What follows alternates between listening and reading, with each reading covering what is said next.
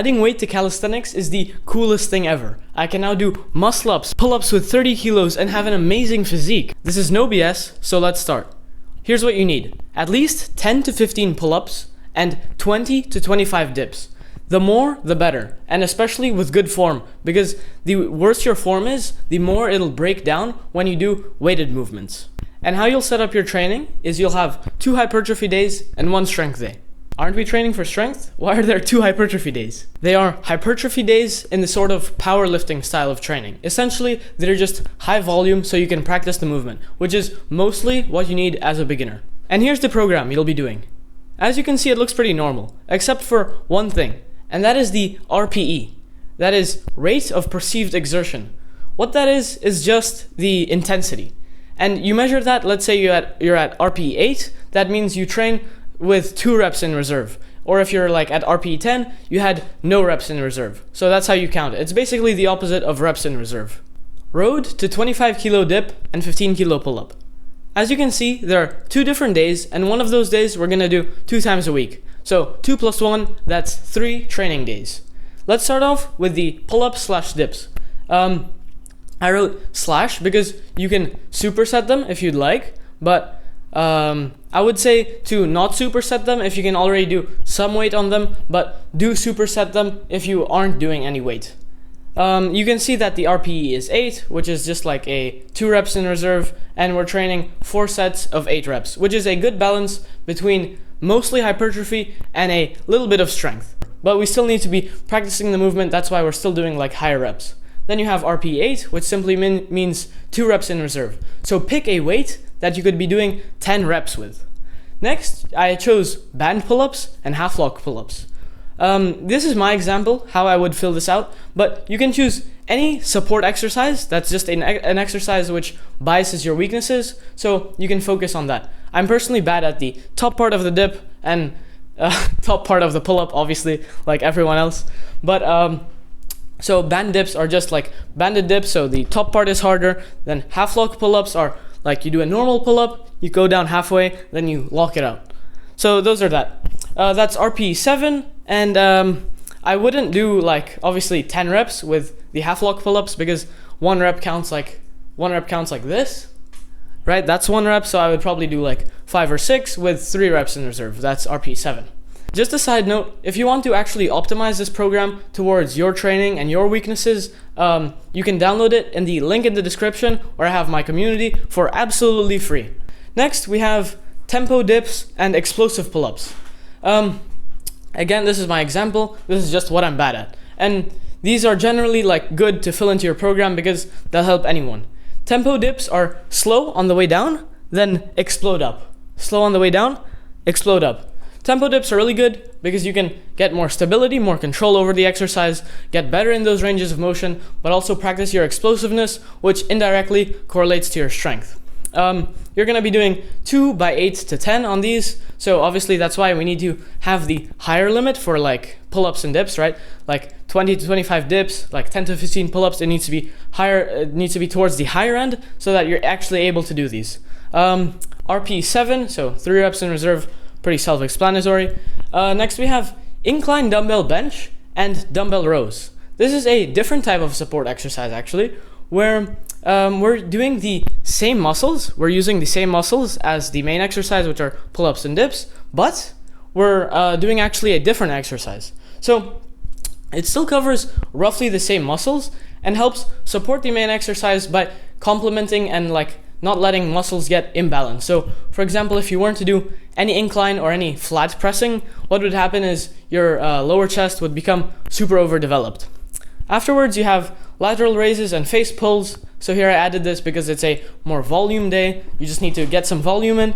Lateral raises are good for stability on the dip because you don't actually like you use it for stabilization, the side delt, but you don't train it too much on dips. So that's why you gotta do that. Then you have face pulls, which are just good for the mid back and like your what's that called? Rear delt. Rear delt for like just stability in the movements. As you can see, even lower, that's RPE 6, so 4 reps in reserve and 3 by 10.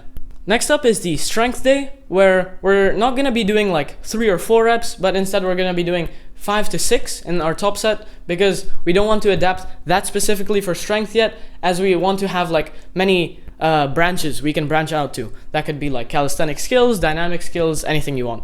Next we have pull-ups and dips, right? So 3 sets of 5 to 6 reps. I just put it 5 to 6 so that you're able to choose. The RPE is 10 on this, meaning you didn't have another rep in reserve, but RPE 9 is also fine. I just chose RPE 10 because this is my example again, but I would say to put it RPE 9 to 10, meaning that some sets you do at RPE 9, let's say you don't feel that strong that day, but some other sets you can do RPE 10 if you do feel strong. As I said, it's only one time a week, so it doesn't matter too much if you like go pretty hard.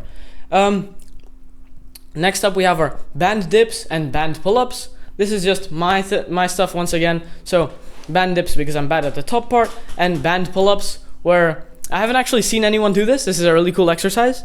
I'll show a video on screen, but I take a dumbbell and I basically wrap a resistance band around it, and then I put it over me. I usually put it on my waist or on my neck, depending on like the difficulty of the resistance band, and then I just do pull-ups with that so I can get better at the top part. So that is 3x7 at RPE 8. Next we have bench and dumbbell rows. These are good as a support exercise because they use the same muscles, kind of target them from a different direction. We're going to be just doing 2x8 at RPE 8. Next are isolation support exercises. Here I'd probably do some like lateral raises or like face pulls at 3x10 RPE 9. So the RPE is kind of high, but it doesn't matter too much because it's just a support. You won't get that fatigued from it. Afterwards, I put in some dumbbell rotator cuff. This honestly really helped me in the beginning when I had some shoulder pain on my left shoulder, and I just like spammed these a bunch. This is just the exercise where the dumbbell's here and you do this. So it like basically there's this little muscle in the back of your shoulder which does that motion, and if it's kind of weak, it can lead to instability, making for pain in your joint. I just do 3 sets of 10, RPE 9, or even RPE like 7. I'd probably do this at RPE 7 or RPE 8, just because, you know, you don't need to like hypertrophy it a ton. It just needs to kind of be activated a little bit.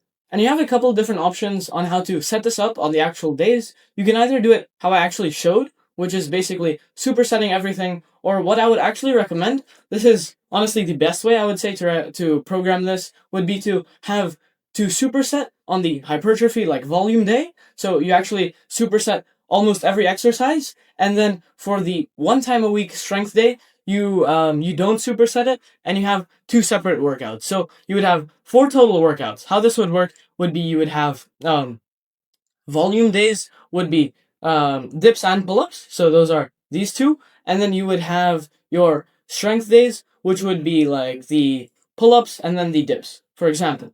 You could also add obviously your own training into this. I'm not sure if you train legs. I'm not sure if you train like your calves or whatever.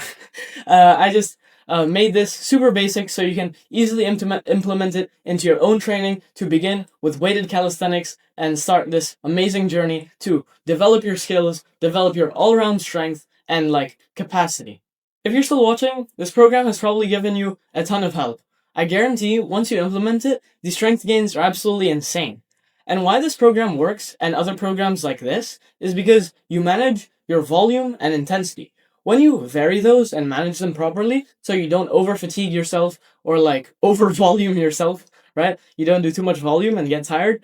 What happens is you allow your body to keep on adapting. Otherwise, if you have the exact same like intensity and volume every single workout, your body will adapt and it'll just become lazier and eventually stall.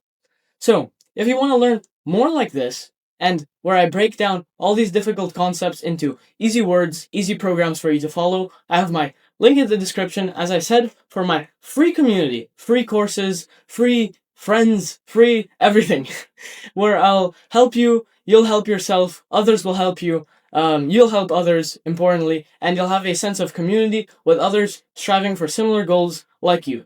Not to mention the absolutely insane value from all the different knowledge I've put into that course. Once your strength starts to skyrocket with this program, it'll be so fun and you'll have learned a lot during the journey. Trust me, bro, your progress will be ridiculous. See you, bro. Keep overloading.